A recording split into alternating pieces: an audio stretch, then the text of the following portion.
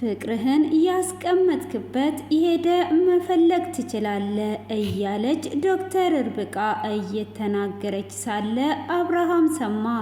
እጅግ ደንግጧ ትገኛለች። ኤፍሬምም ባርኮን እያስፈራራው ይገኛል። 500,000 ብር በዚህ ሳምንት የማታስገባልኝ ከሆነ ይሄንን ፍሌሽ ታውቃለህ አይደለ? ማንን እንደገደልክ ይሄንን አደባባይ ላይ አስወጣልሃለሁ እያለ እያስፈራራው ይገኛል። ዶክተር ርብቃም ከዛሬ ጀምሮ ከህይወቴ ውስጥ እንድትወጣልኝ እፈልጋለሁ እያለችው ትገኛለች። ሰላም ውድ ፋሚሊዎቼ፣ ሰላማችሁ ይብዛልኝ። ቀጣዩን ክፍል ይዤ ቀርቤያለሁ። በባለፈው ክፍል ትንሽ ላስታውሳችሁ፣ ዲና ስጦታ መጥቶላት ያንንም ስጦታ እላይ ሄዷ ከከፈተች በኋላ ለልጇ የ1 ዓመት ስጦታ የተሰጣት ልብስ ነበረ። ሆኖም ያንን ይዟ እጅግ እያለቀሰች ነበር ክፍሉ የተጠናቀቀው። አብርሃምም ወደ ላይ መጥቶ ምን ሆነሽ ነው? ጭራሽ መሬት ላይ ተዘርግተሻል ወይ ብሎ ይጠይቃታል። እሷም እጅግ እያለቀሰች ወንድሜ የእናቴ ልጅ ምንም ጥፋት ሳያጠፋ እስር ቤት ገብቷል ብላ ትነግረዋለች። እሱም እንዴት ብሎ ሲላትም በይ ተነሺ፣ እንደዚህ መሆን የለብሽም፣ ሁሉንም ነገር እናስተካክላለን ብሎ እጅግም አቅፎ እያባበላት ነበረ። ሆኖም እሱ ቢያባብላትም እሷ እያለቀሰች ነበር። በይ ልብስሽን ልበሽና ሄደን እንጠይቀዋለን ብሎ ይላታል። እሺ አባቴ አንተ ሂድ እኔ እመጣለሁ በማለት ትሸኘዋለች። እሱም እሺ በቃ በማለት ወደ ውስጥ ይሄዳል። እሷም ያንን የልጇን የተሰጣትን ስጦታ እያየች አሁን ካዲያ አትደውልም ወይ? ደውል፣ አሁን ደውልና ተናገር እያለች ብትለም ስታጣው ልብሱን ቦርሳ ውስጥ ታደርግና ዙሪያዋን ቼክ ካደረገች በኋላ ከአብርሃም ጋራ ለመሄድ ይስማማሉ። ሆኖም እነሱም እንግዲህ ወደ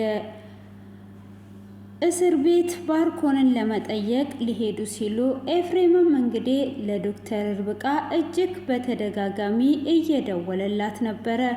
እሷም ለምንድን ነው የምትደውልልኝ? አሁን በዚህ ሰዓት ምን ልታደርግልኝ ነው? እያለች እጅግ እየተናደደች ደጋግሞ ቢደውልላትም ስልኩን ልታነሳለት አልቻለችም። ሆኖም አንቺ ባታነሽልኝም በፍጹም ዛሬማ ሳላይሽ የትም አልሄድም በማለትም እሱም እጅግ እየደጋገመ እየደወለ ነበር። እሷም ደጋግሞ በሚደውልበት ሰዓት ትወጣና በደረጃው ላይ ሆኗ ታየዋለች። ጭራሹንም መደወሉ ሳይቀርብ ወደዚህም መጣህ እንዴ በማለት ከላይ ሆና ወደታች እያየችው ነበረ። እሱም ልታነሳለት አልቻለችም። ባክሽ የኔ ፍቅር አንድ ጊዜ ብቻ አንሽልኝ፣ ዛሬማ በፍጹም ሳላይሽ ወዴትም አልሄድም እያለ እየደጋገመ እየደወለላትም ነበረ። ሆኖም እሷ ስልኩን አላነሳችለትም። ቶሎ ብላ እሱ በሩን ሲያንኳኳ ወደ ታይ ትሄድና ትከፍታለች። ጭራሽ አታፍርም? ምን እንደሆንኩኝ ለማየት ነው የመጣኸው? እብደት እንዴት እንደሚያምርብኝ ልታየኝ ነው የመጣኸው? በል ቀጥ ብለህ ከዚህ ሂድልኝ ብላ ትለዋለች። እባክሽን የኔ ፍቅር አንድ ጊዜ ብቻ ስሚኝ ብሎ ይላታል። ምንም የምሰማ ነገር የለም። በአንተ የተነሳ ጓደኛዬን ሳራን አጣዋት። እንዴት እንደምወዳት ታውቃለህ? የምወዳትን ጓደኛዬን አሳጣኸኝ። ጓደኛዬ እቃ የምታመጣበት ብራቷ ሱቋን ታቅፋዋለች። ከዚህ በላይ ምንድን የፈለግከው? ልታሳብደኝ ነው ወይስ ምንድን ነው? በማለት እጅግ እየደጋገመች እየተናገረችው ነበር። የኔ ፍቅር አንቺ እንዳሰብሽው አይደለም፣ አንድ ጊዜ ብቻ አዳምጪኝ በማለትም ቢጠይቃት በፍጹም አላዳምጥም፣ የምሰማህም ነገር የለም፣ ከዚህ እንድትሄድልኝ እፈልጋለሁ በማለትም ትለዋለች። ሊነካትም ወደ እሷ በሚጠጋበት ሰዓትም እሷም ምን እየሆንክ ነው ያለኸው ብላ ትለዋለች። እሷም እንግዲህ እጁን ወደዛ ስታደርግ እሱ በዛን ሰዓት ያን ጊዜ ለሷ ብሩን ወስዶ ከእህትየው ላይ ሊሰጣት እየመጣ እያለ ባርኮን እጅግ ጉዳት አድርሶበት ደብድቦትም ነበረ። 100,000 ብሩንም ተቀብሎት ደብድቦት ነበር የተው። በዛ የተነሳ እንግዲህ አሁን ላይ እሱ ጉዳት ደርሶበት ኮማ ውስጥም እንደሆነ ቢነግራትም በጣም ድራማ መስራት ያዋጣሃል፣ ድራማ በጣም ትችልበታለህ፣ ለምን ይህንን ትወና አትሰራበትም? አሁን እኔ ዞር እንድትልልኝ ብቻ ነው የምፈልገው ብላ ትለዋለች። እሱም እባክሽን አንድ ጊዜ አዳምጪኝ፣ ሳታዳምጪኝ አትፍረጂ ብሎ ቢላትም እሷም አሁን ላይ ሁሉንም ነገር አዳምጫለሁ፣ ከዚህ እንድትሄድልኝ እፈልጋለሁ በማለትም ትናገረዋለች። እሱም እንግዲህ በስተመጨረሻም ቆሞ እባክሽ እያለ እየለመነ እያለ የኔ ፍቅር ሲላት ፍቅርህን ሂድና ፈልጋት፣ ያንተ ፍቅር እዚህ የለችም፣ ፍቅርህን የደ መፈለግ ትችላለህ እያለችው እያለ አብርሃምና ዲና ይመጣሉ። አብርሃምና ዲና እንግዲህ ከመጡም በኋላ ምንድነው እሱ ሰላም ናችሁ? በሰላም ነው ብሎ አብርሃም ይጠይቃታል። አብርሃምም እንግዲህ ኤፍሬምና ዶክተር ርብቃ ዘመዳሞች እንደሆኑ እንጂ ፍቅረኛሞች እንደሆኑ አያቅም። እሱም የኔ ፍቅር ሲላት ሂድና ፍቅርህን የምትፈልግበት ፈልግ እያለችው ነበረ አብርሃም የመጣው። አብርሃምም በመጣበትም ሰዓት እሷ እጅግ ደንግጣ ነበረ። ሆኖም ኤፍሬም አይ ምንም ነገር የተፈጠረ ነገር የለም፣ ሁሉም ነገር ሰላም ነው ብሎ ይመልስለታል። አብርሃምም እንደዛ ከሆነ ችግር የለውም፣ እንዴት ናችሁ? ካዲያ ወዴት እየሄዳችሁ ነው? ብላ ዶክተር ርብቃ ትጠይቃለች። አይ ሰው ልንጠይቅ እየሄድን ነው በማለትም ሲመልስ ምን የሆነ ሰው አለ? ምንድነው የተፈጠረው? ብላ ስትልም አይ ምንም የተፈጠረ ነገር የለም፣ ባርኮን እስር ቤት ገብቷል፣ ምንም ወንጀል ሳይሰራ ነው እስር ቤት በስህተት የገባው ብላ ዲና ከስር ትመልሳለች። ሆኖም ኤፍሬምን ሰላም ትለውና በአይኖቿ ታየዋለች። እሱም አየት ያደርጋትና የት ነው የታሰረው በማለትም ሲጠይቃት የታሰረበትን ቦታ ትነግረዋለች።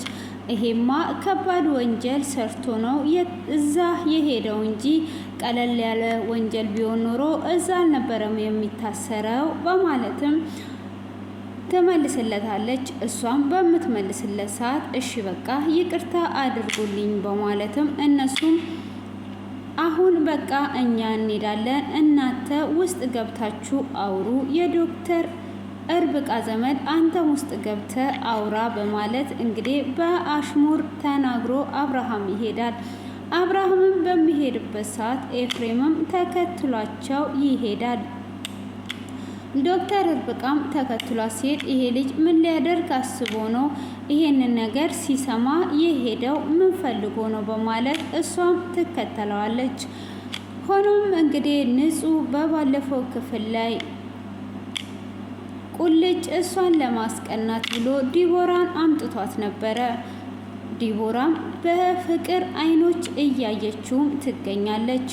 ሆኖም ምን አለ እኔንም እንደዚህ የሚያፈቅረኝ በአይን ስስት ልክ እንደ ንጹህ የሚያፈቅረኝ ሰው ቢኖር እያለች እንግዲህ ቁልጭን በጣም አተኩራ እያየችው ትገኛለች። ሆኖም እሱ ሀሳቡ ሁሉ ንጹህ ላይ ነው ያለው። ንጹህ እያወራችው የነበረውን እያሰበ ይገኛል። እሷ ግን አይኖቿን አትኩራ እሱ ላይ አድርጓ እያየችው ነበረ። ሆኖም ንጹህ ማስቀናት በምትፈልግበት ሰዓት ደውልልኝ አሁን ሊሄድ ነው ብላ ትለዋለች። እሱም እሺ በቃ ለምን አሁን ትሄጃለሽ? ወተት አጠጭም ወይ? እንደዚሁ ከምትሄጂ ምን ነው የከፋሽ ይመስላል ብሎ ሲላት ምንም አልከፋኝም፣ እሺ በቃ እርጎ ልታመጣልኝ ትችላለህ ብላ ስትለውም አይደለም እርጎ ላሚቷንም ከፈለግሽ ይዤልሽ እመጣለሁ፣ ስለዚህ ኬክ የሚያስንቅ ሽልጦና እርጎ አመጣልሻለሁ እዚሁ ጠብቂኝ በማለት ሄዶ ይዞላት ይመጣል። እሱም እየጠጣችም አሁንም በሀሳቦች ተሰምጣ ክፍት ብላት እያየችው ነበረ። እሱም በምታየውና አተኩራ እያየችው ሲሆን ምን ሆነሻል ዛሬ ብሎ ይላታል። እሷም ምንም እንዳልሆነች ትመልስለትና አሁን መሄድ አለብኝ በቃ ስትፈልገኝ ደውልልኝ ብላ ትለዋለች። እንዴ መቼ ጠጣሽ ታዲያ ብሎ ሲላትም አይ ጠጥቻለሁ ይበቃኛል በማለት እንግዲህ ትሄዳለች። እሷም ወደ ቤቷ ንጹም እንግዲህ በባለፈው ላይ እሷም ይሄንን ነገር እያሰበች በመንገድ ላይ እየሄደች እያለ ማርዳ የሆነ ቦታ ላሳይሽ እፈልጋለሁ ብላ ደውላላት ነበር። እሷም እሺ ብላ ከደወለችላት በኋላ ወደ ቤቷ ነበር የወሰደቻት። አየሹ ንጹህ እቤቴ እንዴት ነው ያምራል ወይ እንዴት አየሹ በማለትም ስለ ቤቷ ትጠይቃታለች። ንጹም በጣም አሪፍ ነው ያምራል ብላ ስትላትም ይኸው የኔ ቤት ይሄ ነው። አሁን ዛሬ ምሳም ቆንጆ ምሳ ሰርቻለሁ፣ ቡና አፍልተን ጥሩ ጊዜ እናሳልፋለን ብላ ትላታለች። ንጹም እንግዲህ ቤቱን ዞር ዞር ብላ ስታይ የአብርሃምን እና የእሷን ፎቶ ታያለች። ያንንም ፎቶ ከተቀመጠበት አንስቷ እሷም ሶፋዋ ላይ ትቀመጥና ያንን ፎቶ አተኩራ ታያለች። የነበራት ደስታ የነበራትን ፈገግታ እያየች እያለ ማርዳም ቡና ልታፈላ ሄዳ ነበር። እሱም መጀመሪያ ምግብ መብላት አለብን ብላ ምግቡን ለማምጣት ባለችበት ፎቶውንም ታይና ይህንን ፎቶ እያየሽው ነው አይደል? ይሄ ፎቶ ማለት ለእኔ ብርታቴ ነው ብላ ትላታለች። ይሄ ፎቶ እሱን ሳይ ለእኔ ጥንካሬ የመኖሬ ነው። ቀጥሎ በልጄና በዚህ ፎቶ ነው እስከ ዛሬም የኖርኩት የምኖረውም ለዚህ ነው ብላ ትላለች። ደስታን እስከ ጥጋይቸዋለሁ ብላ ስትላትም እሷም እንግዲህ አሁንም እንደሚመለሱ ተስፋ እያደረገች እሷ እያወራቻት ሳለ ሆኖም ግን ንጹህ ሀሳቧ በሙሉ ቁልጭ ጋር ነበረ። ቁልጭ ያደረገውን ነገር እያሰበች በሀሳብ እየሄደችም ነበረ። እኔ ጥፋተኛ ነኝ ወይ? ምን ሊያደርግ ነው እንዲህ ያደረገው? እያለችም ደግሞ መቅናት የለብኝም እውነቱን ነው ትክክለኛ ጓደኛው እንጂ ምኑም አይደለውም። እኔም የምፈልገው ይህንን ጓደኝነቱን ነው እያለች እንግዲህ ብቻዋን እያሰበች ይገኛሉ። ሆኖም ምግብ አቅርባላት ሳለ ምግቡን አንዴ እንደጠቀለለች ሙሉ ለሙሉ በሀሳቧ ንጹህ ቁልጭ ጋር ትሄዳለች። ቁልጭ የተናገረውን ንግግርና ያን ጊዜ ደግሞ ቁልጭ የሆነ ነገር ልነግርህ ነው እያለችው ነበር። ያንን ሁሉ እያሰበች ምን ሆነሻል ዛሬ በሰላም ነው? አንድ ጊዜ እየጠቀለልሽውን ምግብ ሳትጎርሽ እኮ በሀሳብ ሄደሻል። የሆንሹ ነገር ካለ ንገሪኝ፣ እኔ ማለት እኮ እናትሽ ነኝ ብላ ስትላትም ምንም የሆንኩት ነገር የለም ዝም ብሎ ነገር ነው። ከፈለግሽ በራስሽ ልማልልሽ፣ በአንቺ እንደማልምል ታውቂያለሽ፣ አንቺን ይንሳኝ ብላ ትምልላታለች። ማርዳም እንግዲህ በዚህኑ ሰዓት ታምናታለች። እሷም በዚህኑ ሰዓት ካመነቻትም በኋላ እየሳቁም እየተጫወቱም ከእንደገና ስለ አብርሃም ታነሳለች። አብርሃም ይሄ ያለሽበትን አውቆ አንድ ላይ ብትመለሱና የዚህን ጊዜ ብታመጡ ስትል ይሄንን ነገር አታንሽብኝ አላልኩሽም ወይ ብላ ማርዳ እንግዲህ ታስቀይሰዋለች። ቡናም እንድታፈላ ቡናውንም አፍልተው ይጫወታሉ። ሆኖም እንግዲህ ንጹም ወደ ቤት ስትመለስም አሁንም ስለ አብርሃም እያወራች ነበር። ስትሸኛት በሳቅና በፈገግታ ስትሸኛትም ይሄንን ሳቅሽን አብርሃም ቢያይ እንዴት ደስ ይል ነበር፣ ይሄን ሳቅሽን ታጋቢበታለሽ ብላ ትላታለች። እሷም ይሄንን አታንሺ ያላልኩሽም ወይ አጋባውብሽ ስትላት አዎ እያለች እንግዲህ እየተሳሳቁ እየሄደች ነበረ። ሆኖም እንግዲህ ኤፍሬም ተከትሏቸው እንደሄደ ዲናና አብርሃም እንግዲህ ውስጥ እንደገቡ ከጠየቁትም በኋላ ይኸው የምትፈልገውን ምግብ ይዤልህ መጥቻለሁ፣ የምትወደውን ምግብ ሰርቼልህ መጥቻለሁ ብላ አባቴ እያለች እንግዲህ እያወራችሁ ሳለ ምግቡን ይኸው ብላ ልትሰጠው ስትል ፖሊሱ ቅመሹ እንጂ ብሎ ይላታል። ይኸው ቀምሻለሁ ብላ በቁጣ ኃይል ትመልስለታለች። ሆኖም ከነሰሃኑ ምግቡን ልትሰጠው ስትል አንቺ ከነሳኑ ምንድነው የምትሰጪው? ገልብጪው እንጂ ብሎ ይላታል። ወደ ፌስታል ገልብጩ ብሎ ሲላት ዲና እንግዲህ በንዴት ውስጥ ስላለች አሁንም በቁጣ ኃይል ትናገረዋለች።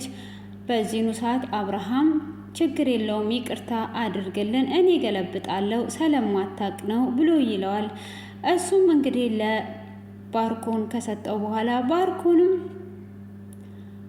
ያደረከኝን ነገር እየረሳውልህ እንዳይመስል አንተ ሽማግሌ እያለ በውስጡ እየተናገረውም ነበር። ከቤት ያባረርከኝን የረሳውልህ ይመስል እያለ እንግዲህ በሱ ላይ ክፉን ነገር እዛው ሆኖ እያሰበ ይገኛል። አሁንም ላይ ክፉን ነገር ማሰቡን ባርኮን አላቆመም ማለት ነው። ሆኖም እንግዲህ ዲና ፍር እያደረጋት ባለበት እንግዲህ ያዙኝ ልቀቁኝ በምትል ሰዓት ፖሊሱ አንቺ 24 ሰዓት መተሽ እዚህ በየሰዓቱ የምታስቸግሪው ባልሽ ጋር እየመጣሽ ብሎ ሲላት አብርሃም ይሰማል። አብርሃምም ይደነግጣል። ዲናም እንግዲህ ትደነግጥና በሉ ሰዓት አልቋል፣ እንድትሄዱ ፈልጋለሁ፣ በሉ ሂዱ ይላቸዋል። አብርሃምም እንግዲህ ትቷት ይሄዳል። ዲናም እየሮጠች እየተከተለችው ምን ሆነሃል? ምን እያልክ ነው? ለምንድነው ትተኸኝ የምትሄደው እንዴ? ምንድነው ፖሊሱ ያለው? ባልና ሚስቶች ናችሁ ያለው ምን ማለት ፈልጎ ነው ብሎ ሲላትም ፖሊሱ የት ያቀናል? ባሌ ይሁን ምን ይሁን የት ያውቃል? አንተ እንዴት በእናቴ ልጅ ትጠረጥረኛለህ? በማለት እንግዲህ ንግግሯን ትቀጥላለች። እሱም እንዴትስ ሊላችሁ ቻለ? ምን ሊል ነው ፈልጎ ባልና ሚስት እንደሆናችሁ የተናገረው? ስለዚህ ይሄንን ነገር ሳላጣራ በፍጹም አልተውም፣ ዲና እራስሽን እወቂ ብሎ ይላታል። እሷም እንዴት በእናቴ ልጅ ትጠረጥረኛለ እያለች እየተቆጣይ ሳለ እንግዲህ አብርሃምም ትቷት ይሄዳል። እሷም እባክህ አባቴ እያለች እየሮጠች እየተከተለችውም ነበረ። እንዴት ነው ራስህ ተናግረኸኝ በንግግር ወቅተኸኝ ሮጠ የምትሄደው? እንዴትስ በወንድሜ ትጠረጥረኛለህ እያለችው። ሆኖም እንግዲህ ዲና አሁን አብርሃም ጥርጣሬን ከጀመረ በቃ አለቀልኝ በማለትም እየተሯሯጡ እየሄዱ ይገኛሉ። ሆኖም ኤፍሬም እነሱ እንደወጡ ጠብቆ ወደ ውስጥ ገብቶ ነበር። እሱም ወደ ውስጥ ከገባ በኋላ እንግዲህ ወደ ውስጥም ከገባ በኋላ እጅግ በጣም ቢደነግጥም ምን እየተፈጠረ ነው ያለው ብሎ እያያቸው ወደ ውስጥ ይገባል። አሁን አገኘው ብሎ እንግዲህ ይገባለታል ማለት ነው። አንተ ምን ልትሆን ነው እዚህ የመጣኸው ብሎ ሲለውም ልጠይቅ ነው የመጣሁት ብሎ ይለዋል። እሱም እንግዲህ ሊጠይቀው እንዳልመጣ ያቅ ነበረ። አሁን የሆነ ነገር የምል ነገር አለ በማለትም ይናገረዋል። በል ከዚህ ሂድልኝ እገልሃለሁ ብሎ ይለዋል። ኤፍሬምን በዚህኑ ሰዓት አሁን የምነግር ነገር አለ ብሎ ፍሌሹን ያወጣና የገደላቸውን ሰዎች ስም ይጠራለታል። እባክህ አትግደለኝ እያለ እየተማጸነ እየለመነው ያለውን ሰውዬ ስም ሳይቀር እንግዲህ እየጠራ ይነግረዋል። ይሄንን ታውቃለህ አይደለ? ስለዚህ ለዚህ 500,000 ብር በዚች ሳምንት እንድታስገባልኝ እፈልጋለሁ ይለዋል። አንተ የማትረባ እንደምገል እወቅ ብሎ ሲለው ፖሊሱ ምን እያልክ ነው ያለው? በራስ ላይ ወንጀል እየጨመርክ መሆኑን ታውቃለህ ብሎ ሲለውም እስቲ ንገረው በማለት እንግዲህ በል አንተም ሂድ ይለዋል። ኤፍሬምም እንግዲህ ይሄዳል ማለት ነው። እሱም እንግዲህ በሚሄድበት ሰዓት 500 ሺህ ብሩን በዚህ ሳምንት ካላስገባ አስብበት በማለት እንግዲህ በመናገር ነው የሄደው ማለት ነው። ሆኖም እንግዲህ እንደዛ ቢናገረውም ኤፍሬም ምንም ነገር ሳይመስለው በዛ አይነት መልኩ ትቶት ይሄዳል ማለት ነው። እንግዲህ ኤፍሬም እንደወጣ ዶክተር እርብቃም መንገድ ላይ አግኝታው ነበረ። ምን አድርገ ነው የመጣው? ምን ለመሆን ነው የሄድከው? ብቻ ምን ልታደርግ ነው የመጣው? ህይወታችን ላይ የያዘውን ነገር እንዳትረሳ ብላ ስትለውም ይሄንን አረሳም። እንዴት ነው የምረሳው? ለራሴ እንኳን የማላስብ ቢሆን ለአንቺ አስብልሻለሁ። ይሄን ያህል መጥፎ ሰው አይደለውም በማለት እንግዲህ ለዶክተር እርብቃ በመናገር ጥሏት ይሄዳል ማለት ነው። እንግዲህ የዶክተር እርብቃን ቪዲዮ የእሷንና የእሱን ቪዲዮ የባለጌ ቪዲዮ እንደያዘባቸው የምናውቀው ይሆናል ማለት ነው። ከዚህም በፊት እንግዲህ ዶክተር እርብቃን በሱ እያስፈራራት ነበረ ባርኮን ያስቀመጣት ማለት ነው። ያንን ፍሌሽ ፍለጋ ሌላ ፍሌሽ አግኝታ ነበር። ያ ፍሌሽ ደግሞ እጅግ ወንጀል እየሰራበት የባርኮን መጥፎ ፍሌሽ ነበረ ኤፍሬም እንግዲህ የያዘው በባለፈው 100 ሺህ ብሩን የተቀበለውን እንግዲህ አሁን እንግዲህ ኤፍሬም በጥፍ ሊበቀለው ይገኛል። እንግዲህ እንደዚህ አስፈራርቼ ብሩንም ከሰጠኝ በኋላ በፍጹም አልተውም እያለ እንግዲህ ኤፍሬም እየፎከረ እየሄደ ይገኛል። ሆኖም እንግዲህ ዶክተር እርብቃ ወደ ውስጥ ገብታ ነበረ። ወደ ውስጥም ገብታ አንቺስ ደግሞ ምን ልትሆኝ ነው የመጣሹ? አንቺስ ስንት ብር ነው ፈልገሽ የመጣሹ ብሎ ይላታል። እሷም የምን ብር ነው የምፈልገው? ኤፍሬም የጠየቀክ ብር ነው ማለት ነው ብላ ትለዋለች። እሱም እንደዛ በምትለው ሰዓት እሷ አታውቅም ማለት ነው ብሎ ይላል። እና ምንድን ነው ያለክ እንድትነግረኝ እፈልጋለሁ በማለትም ስትጠይቀው አሁን እስር ቤት ነው ያለው ብለሽ ምንም ነገር አያደርግም ብለሽ ካሰብሽ እኔ እዚሁ ሆኜ ቪዲዮን እለቀዋለሁ። ስለዚህ ይሄ የሚወጠጤሽን ብትይዢ ይሻላል ይላታል። እሷም ምንድነው ያለክ ንገረኝ በማለትም እንግዲህ ብትጠይቀውም ሊነግራት አልቻለም ማለት ነው። ሆኖም እንግዲህ ይሄ ነገር እንዳስፈራራውም አውቃለች። ሆኖም ይሄንን ቪዲዮ እለቃለሁ ብሎ ይላታል። እንዳትለቅ ብላ እንግዲህ ስለሱ የማውቀው ነገር የለም እኔ ስለራሴ ብቻ እንዳትለቅብኝ ትለዋለች። ኤፍሬምም እንግዲህ እንደወጣ ስልኩን ዘግቶባታል። ደጋግማ ብትደውልለት ስልኩ ጥሪ አይቀበልም እያለ ይገኛል ማለት ነው። እንግዲህ ኤፍሬም አሁን ላይ በትክክል ሊበቀለው ተነስቷል ማለት ነው። እንግዲህ በባለፈው እንደነገርኳችሁ ደብድቦ ኢሳቡን ስላሳየውና ኮሙ ስላስቀመጠው አሁን ላይ እንግዲህ እንደዚህ አይነት በቀሎችን አምጥቷል ማለት ነው። እንግዲህ ዶክተር እርብቃም ከዚህም በፊት ዘመዴ ነው ብላ አብርሃምን ኤፍሬምን ያስተዋወቀችው ፍቅረኛዋ እንደሆነ አውቋል ማለት ነው። እንግዲህ ሆኖም እንግዲህ አሁን ላይ አብርሃም ሁሉንም ነገር አጣራለሁ ወንድምሽ እንደሆነና እንዳልሆነ ብሏታል ዲናን። እንግዲህ ዲናን ባክን ይቅርታ አድርግልኝ ብላ ይቅርታም እንግዲህ ጠይቋው እሷም ወደ መኝታ ክፍሏ ትሄዳለች። ወደ መኝቷ ክፍልም ከሄደች በኋላ ለምን አትደውልም እና አንደራደርም? አንተ ሰውዬ የት ነህ ያለኸው?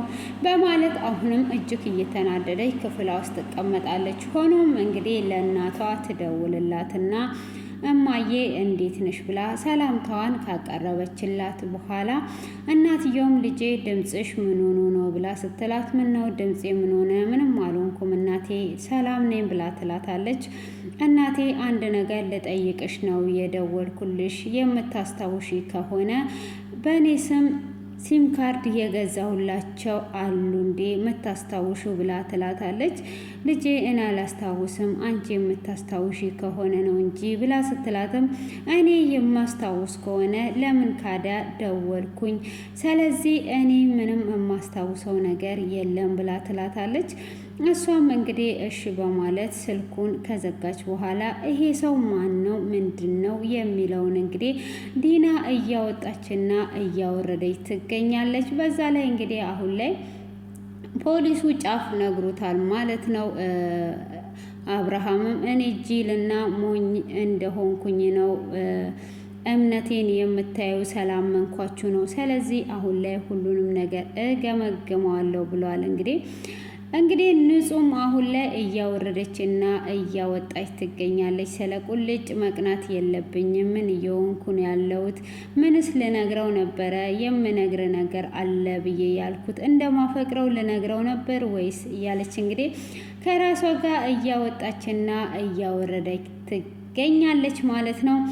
እንግዲህ ንጹህ ምን እንደምታደርግ እና እንግዲህ ልጅቷን በፍቅር ጦሽ ብላለች። እንግዲህ እንደ ንጹህ የሚያፈቅረኝ ሰው ቢኖር እያለች እንግዲህ ቁልጭ ጋር እያወራች ነበረ። ሆኖም ዛሬ ላይ እንግዲህ ዲና ግራ በመጋባት ላይ እያለች አንዳንድ ድምፆችን እያወጣች ብቻዋን ተቀምጣ ባለችበት አብርሃም እየሰማት ነበረ። አብርሃምም እንግዲህ ደንግጦ ክፍሉ በዚህ አይነት ተጠናቋል ማለት ነው። እንግዲህ ኤፍሬምም ስልኩን እንደዘጋና 500 ሺህ ብሩን እንዲያስገባ ነግሮት ነው ክፍሉ የተጠናቀቀው። እንግዲህ አሁን ላይ ባርኩንም ቪዲዮን ከለቀቀ ይሄኛውን ቪዲዮን ከለቀቀ እንዴት ይሆናል የሚለውን በቀጣይ ላይ በጉጉት የምንጠብቀው ይሆናል ማለት ነው። ለዛሬ ይሄንን ነው ያዘጋጀውላችሁ። አስተያየት ላይ ኮሜንት ማስቀመጥ ትችላላችሁ። እስከዚህ ሰዓት በትዕግስት ስለተከታተላችሁኝ ከልብ አመሰግናለሁ። በቀጣይ በአዲስ ቪዲዮ እስክንገናኝ ድረስ መልካም ሰንብቱ።